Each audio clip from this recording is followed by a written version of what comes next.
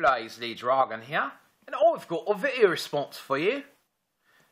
This particular video response happens to be from a friend of mine, a friend by the name of Silver, and Silver has decided to ask me to give my impressions and opinions on altered perceptions.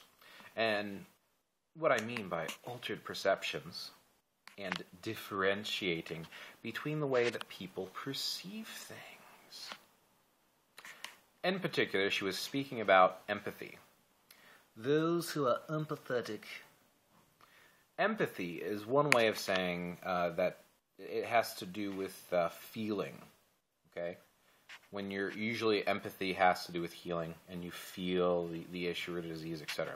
So when you are perceiving individual things such as the auric field, the aura that surrounds the body, different people perceive it in different perspectives. Some individuals may actually physically see, kind of like light radiating around the person, actually see color. I'm not one of those people. Some people can, and you can interpret those colors based upon the person's individual mood, depending on what the color is. Other individuals, such as myself, will feel the color. They'll feel the auric field, and by feeling the field, they can then once again interpret the way that somebody is feeling, their mood, illness, etc., based upon what they're feeling. Then, of course, there's some individuals who will feel it themselves. So instead of just sensing it as an external thing, they'll feel it as if they're experiencing it themselves. Then, of course, you have individuals who will react.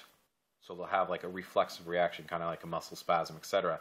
And based upon these reactions, or tingling on the skin, or burning on the skin, or coldness on the skin, they'll be able to interpret. So there are alternate ways of having this altered perception of reality and feeling or sensing or seeing or being receptive to the auric field.